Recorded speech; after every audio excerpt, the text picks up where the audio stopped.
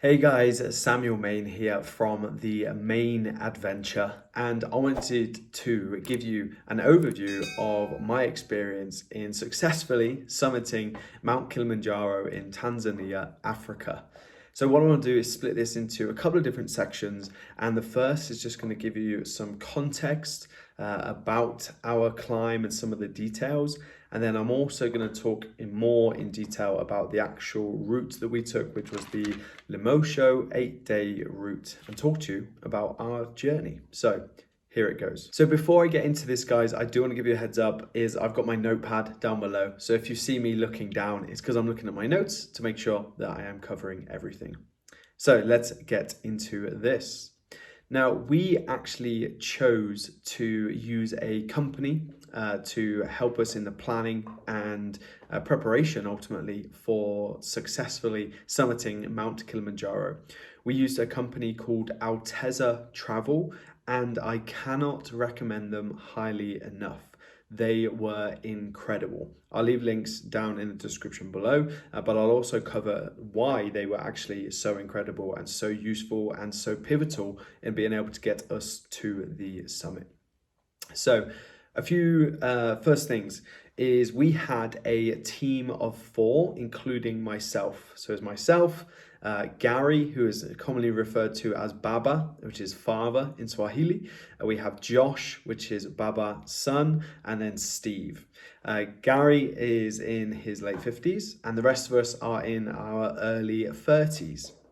And it was Baba's dream to successfully summit Mount Kilimanjaro with his son, Josh.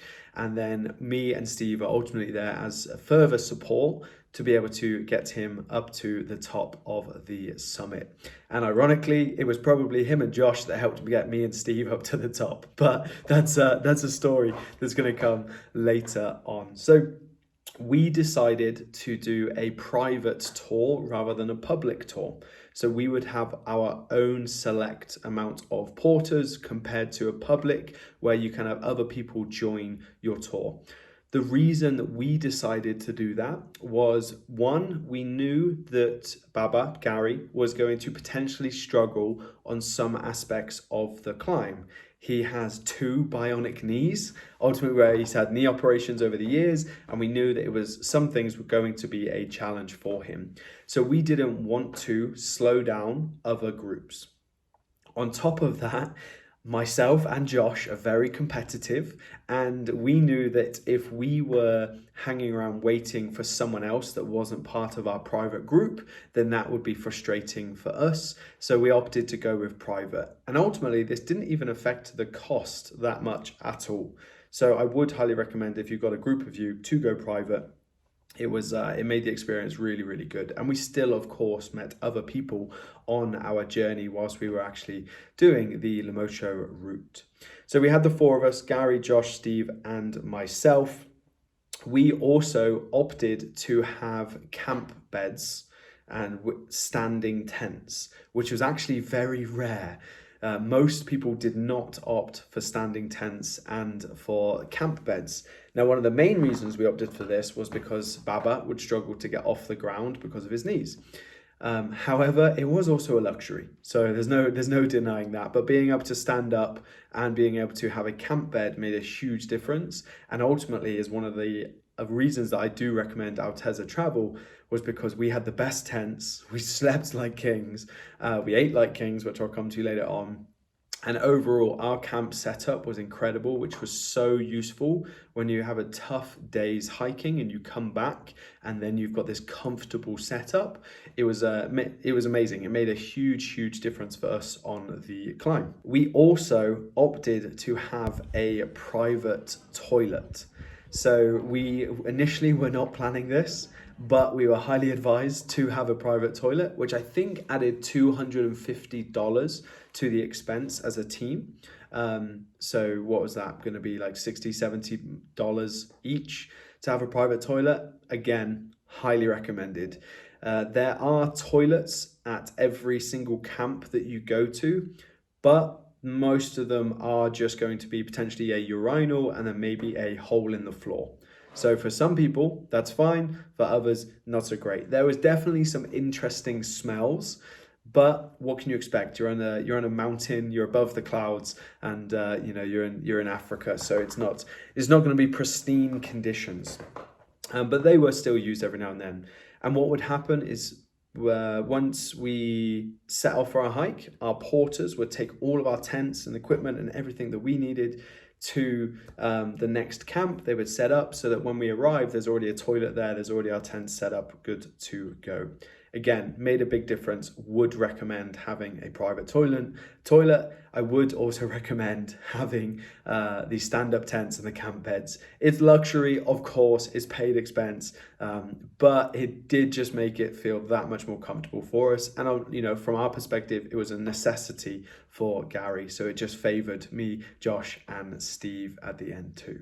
In terms of training leading up to this event, we met probably once a month to do a longer form hike. So that would be 4 to 6 hours, on a Saturday, and maybe an additional walk on a Sunday too.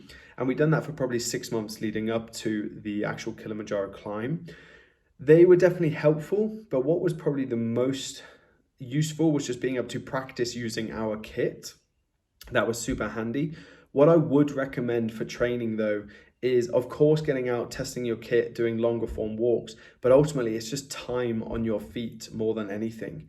I work an office job, I sit down all day, and that definitely had an impact on my feet, and that made me more tired than anything, just because you're walking for so much longer periods of the day compared to sitting down. So if you're looking at doing Kili, then I would recommend making sure that you're spending enough time on your feet in the build up to the actual climb. There will be some more things that we're going to cover in terms of training and the physicality of doing Kili. That's all to come in the rest of the video. So a few more things. So again, I mentioned we used Alteza Travel, highly recommended. By far some of the most experienced guides. Our guides were incredible. We had a guide called Wyson and Osman with a total of over 300 successful climbs between them. They were unbelievable. We essentially took the slowest pace compared to every other person, every other group that we've seen. But that paid massive dividends for us once we got to summit day. So highly recommended Alteza Travel, Wyson, Osman as guides.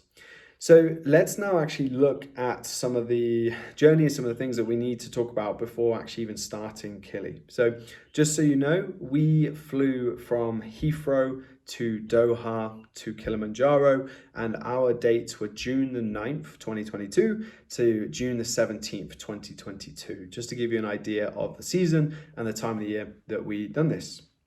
So we flew in, our flights, our connection between Doha, we had a little run between our flights, but hey, that happens. And then we arrived, got to our hotel nice and early in the morning. We had all day to chill out. In that evening, we had our first kind of briefing with a lady called Julia from Alteza Travel, who was awesome. She massively helped us. And we started off with the pre-trek equipment check. That's really hard to say for some reason. Pre-trek equipment check. There we go, we got there. And this was much more detailed than we thought it was going to be.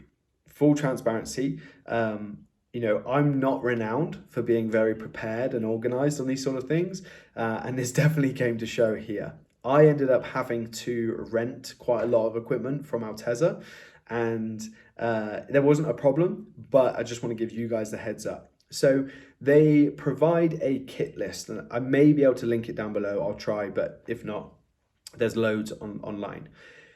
Now, we were under the understanding that kit list, a lot of it was kind of optional, but it wasn't. A lot of it you have to have. You also have to have it to a certain standard. And this is where I personally got caught out. So example, your sleeping bag, it has to be to a certain temperature. If it's not of a certain thickness, it's not going to be good enough. Your summit coat, it has to be a certain thickness, otherwise it's not going to be good enough. You have to have a certain amount of socks and varied socks, otherwise it's not going to be good enough. So what I would recommend is with your kit list, it has to be very thorough. You have to go through that list and you need to tick it off. There's a lot of other sites that are saying, you know, oh, this is optional, or you can get away with this. Not even worth risking it.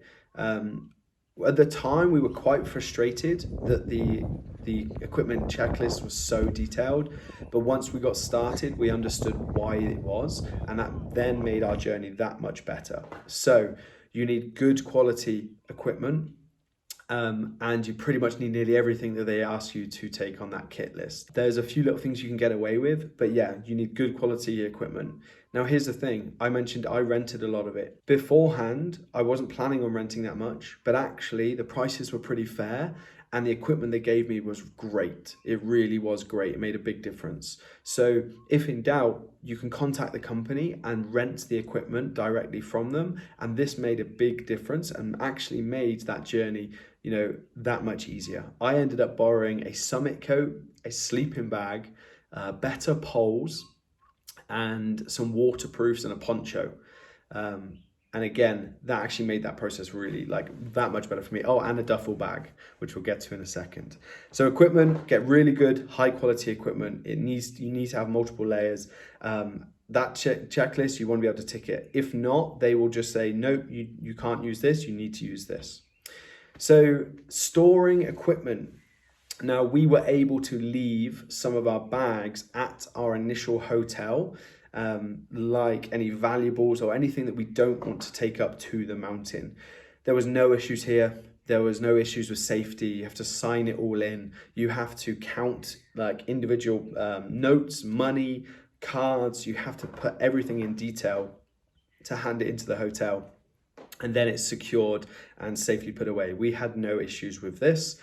Worked very, very well. Only thing for me was I did take my iPad or my Remarkable 2 on the actual trek, hoping that I could take some notes. Unfortunately, it did get smashed during the trip, so a little frustrating, but maybe there's a lesson there for me and for some of you guys, is that, you know, if you do take the gamble and take any valuables with you, they can break very, very easily.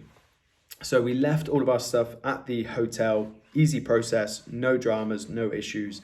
We did have to weigh our bags that we were taking with us, and they were very on point with this. The reason for that, porters are allowed to carry 15 kg of your equipment plus then 5 kg of their own. So if you're carrying 16, 17 kg, they're not going to allow you to take it. So you have to have your duffel bag that you're using has to be 15 kg or less, okay?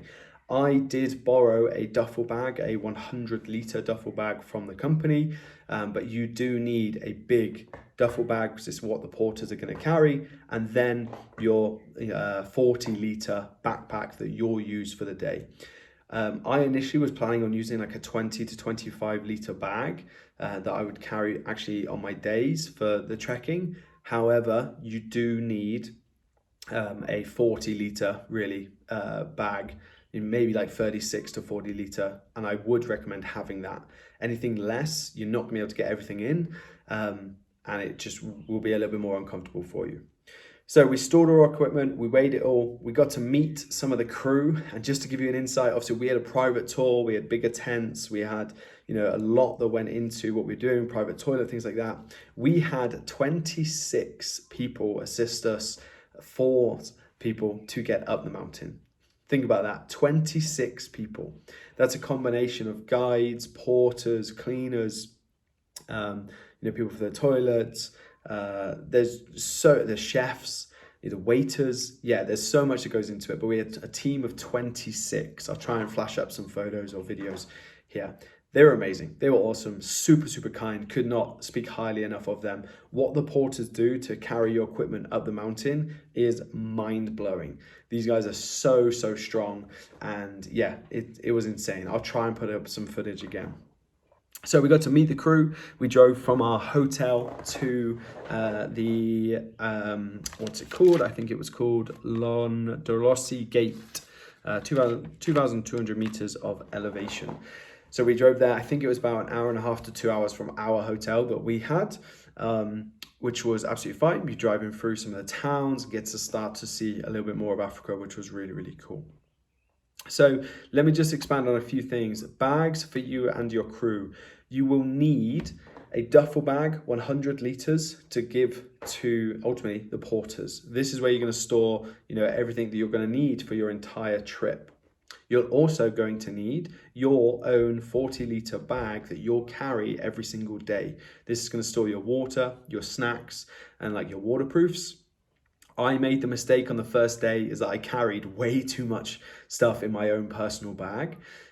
So I did not need hardly any of it. I overpacked massively. You don't need as many snacks and as much water as you potentially think. You also don't need backups of everything like I was carrying. I was carrying backup t-shirts, socks, shorts, loads of extra stuff. Did not need it. That could have gone in my duffel. Water, big topic. We had endless amounts of water. The porters, the crew, they non-stop were providing us with drinking water.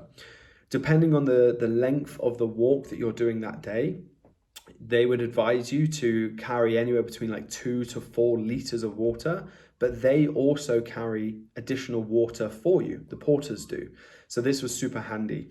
On the longer days, of course, I pretty much packed about 3 to 3.5 liters of water and would almost get through that. Of course, that's heavier, but it meant then I could keep drinking. And as they would say, water is life. So that was something that was important. We had no issues with the quality of the water and the tablets. We didn't need to provide any of that. They sorted all of it.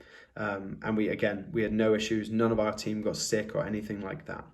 So that was the water itself.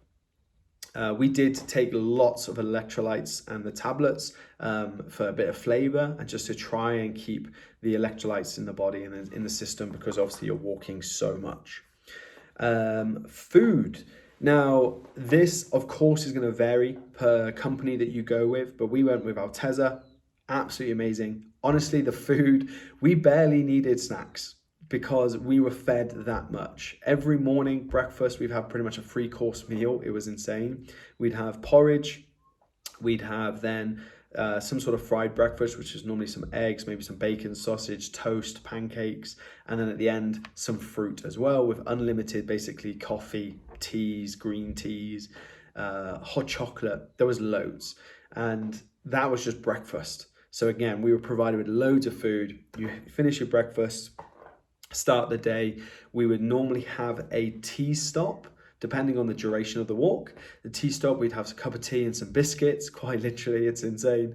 And then we would go from our tea stop to lunch. Sometimes it would be a cold lunch, just like a lunchbox. More often than not, it was a hot lunch, where again, we would get some soup. We'd then get some form of like carbs and some rice, some potatoes, bread. There was just endless food, and it was amazing food too. We are some big guys, we're all rugby lads, and we honestly couldn't eat enough. They gave us so much food, so you do not have to worry about the food if you're going with a solid, good company. And then same for dinner, 3-course meal every single time. There were days where we kind of lost appetite. You didn't want to eat and you had to force it down just because you're at altitude, but you might still manage to get it down you. And I believe, I haven't been able to check, I'm still in Africa right now, but I believe some of the guys have actually still lost weight even though we ate that much food. So yeah, food was not an issue, and it was amazing. It really was some good quality food. By the end, we were a little sick of just soup, but hey, no complaints from food. We took loads of snacks, protein bars, energy gels, electrolyte tablets, and I actually had to leave a lot at the hotel because my bag weighed too much. So that's something to keep in mind. I personally found that the energy gels were much better for me because I didn't need quantity of food because we were getting so much. The energy gels and sweets just kind of gave us that sugar hit, which helped get us through. But what we did have is a lot of protein bars that we gifted to porters and to our guides.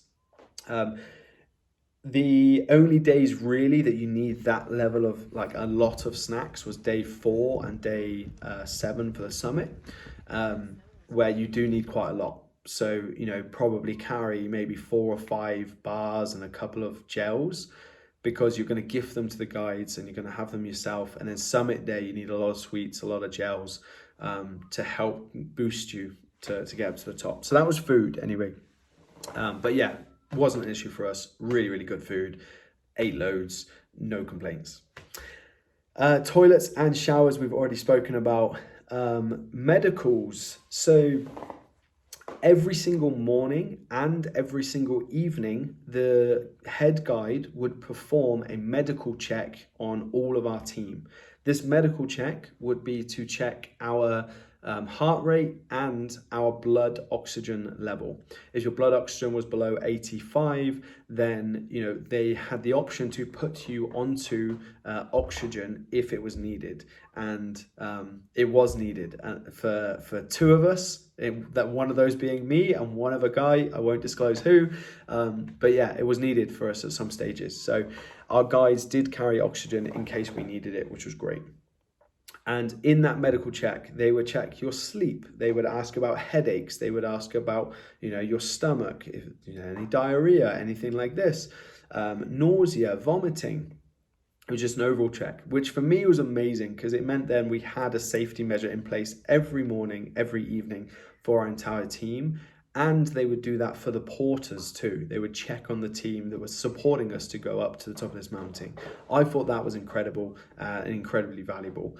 So yeah, there is a medical check. Now, from a point of like jabs and actual then tablets and things that we took, I'm not going to go into all the details here, but I had to have quite a few jabs before I left. It was not an easy process, to be honest. It was kind of like some of them were optional. I wasn't really sure what I did and didn't need. But from a tablet point of view, from when we was away, the main things you need is Diamox and the malaria tablets. Now, the malaria tablets, actually, when we arrived, we were advised that we potentially didn't even need these. The reason for that was that there hasn't been a case of malaria here in this area of Tanzania for a long time. So we actually all stopped taking those malaria tablets. Not medical advice, anything like that. You do you, but we didn't take those. Diamox, we did take.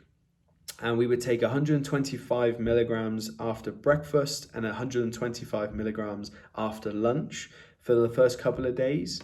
And then I actually got very sick on one of the days, which we'll speak about later on. And that was when we actually then upped my Diamox to 250 milligrams after breakfast, 250 milligrams after lunch. And Diamox, it helps with the altitude sickness, with the nausea, but it does make you need the bathroom, go for a wee a lot. So we were stopping genuinely probably every 10, 15, 20 minutes for entirety of our trip to go for the bathroom. But hey, water is life. That's why it wasn't the end of the world. But yeah, you will need some Diamox. And that really helped us as well. I do think that helped. Next thing I've got here on the list before we go into the actual route itself is tipping. So you're advised, I think it was $200 to $250 to give to the team per person, per trip. And then what would happen is they would actually sort this amount of money between the team. So example, the head guide may get 10-15% of the total amount of tip. I've made that percentage up, it's a guess. And what they do is per position for the porters, they would get an amount of that tip. So again, it was 200 to 250 per person. So there's 4 of us. So we were recommended to give $800 to $1,000 for a tip. However, what we actually done, because our Teza and because our guides and our team was so incredible, we actually upped this to be $300 per person. So it works out as $1,200. And then we gave an additional $50 to one of the porters, who was just an amazing person and massively helped us through our journey as well. So we actually gave more on the tip. And the team was super, super grateful. Of course, on top of that, we gave gifts at the end. So we gave a load of our equipment away, some shoes, some poles, loads of snacks and sweets and things like that, just as extras that we didn't necessarily need to take home with us, but we knew that the team would appreciate them. So that was from a point of tipping. On top of that, you will want to have some additional cash that you can tip for your waitress or waiter at the hotel, for the airport taxi, for anyone that the bag carriers, things like this. Just like, I wouldn't say 10s and 20s, just 5s that you can just give out here and there. That's just a kind thing to do. I've personally struggled with the tipping just because I'm like always giving away too much, and I'm like, oh, I need that cash because I'm running out of US dollars here. But hey, that's part of the process. But yeah, that was the tipping. So that is pretty much everything that so far, without actually going through the actual route. So let me just take a little break, and then we're going to delve into the actual Limosho route. It'll either be at the end of this video or it'll be in another separate video. Who knows? But hopefully this has been valuable for you so far, and I'll speak to you soon. Bye-bye.